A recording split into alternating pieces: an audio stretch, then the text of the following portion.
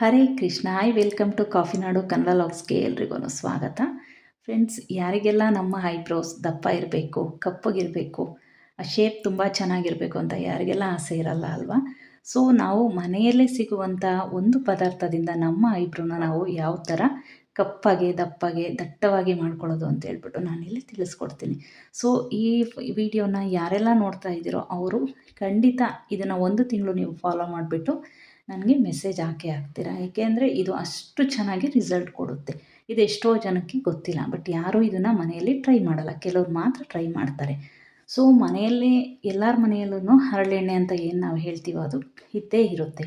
So ಈ ಹರಳೆಣ್ಣೆನ ನಾವು night ಮಲಗಬೇಕಾದ್ರೆ ನಮ್ಮ ಐಬ್ರೋಸ್ಗೆ 2ರಿಂದ 3 ಡ್ರಾಪ್ ತೊಗೊಂಡು ನಾವು ಅಪ್ಲೈ ಮಾಡಿ ಬಿಡಬೇಕು. ಮಸಾಜ್ ಏನು ಮಾಡೋದೇ ಬೇಡ, ಜಸ್ಟ್ ನೀಟಾಗಿ ಐಬ್ರೋಗೆ ಅಪ್ಲೈ ಮಾಡಿಬಿಟ್ಟು ನೈಟ್ ಫುಲ್ಲು ಬಿಟ್ಬಿಟ್ಟು ಮಾರ್ನಿಂಗ್ ವಾಶ್ ಮಾಡೋದು. ಸೊ ನಾವೇನು ಫೇಸ್ನ ವಾಶ್ ಮಾಡ್ತೀವಿ ಆ ಟೈಮಲ್ಲಿ ವಾಶ್ ಮಾಡೋದ್ರಿಂದ ಸೊ ನಮ್ಮ ಐಬ್ರೋ ಬಂದು ನಿಜ 1 ತಿಂಗಳಲ್ಲಿ ಎಷ್ಟು ಚೆನ್ನಾಗಿ ಬರುತ್ತೆ ಅಂದರೆ, ನಮಗೆ ಎಷ್ಟು ಚೆನ್ನಾಗಿ ಶೇಪ್ ಬರಬೇಕೋ ಅಷ್ಟು ಚೆನ್ನಾಗಿ ಬರುತ್ತೆ. ಆ್ಯಂಡ್ ದಪ್ಪಾಗೂ ಬರುತ್ತೆ, ಆ್ಯಂಡ್ ಐಬ್ರೋ ಕಪ್ಪು ಕೂಡ ಆಗುತ್ತೆ. ಸೊ ವೀಡಿಯೋಸ್ನ ಯಾರು ನೋಡ್ತಾ ಇದ್ದೀರೋ ಅವ್ರು ಖಂಡಿತ ನನಗೆ ಈ ವಿಡಿಯೋ ನೋಡಿದ ಮೇಲೆ 1 ತಿಂಗಳು ಟ್ರೈ ಮಾಡಿ ಮೆಸೇಜ್ ಮಾಡಿ. Thank you for watching.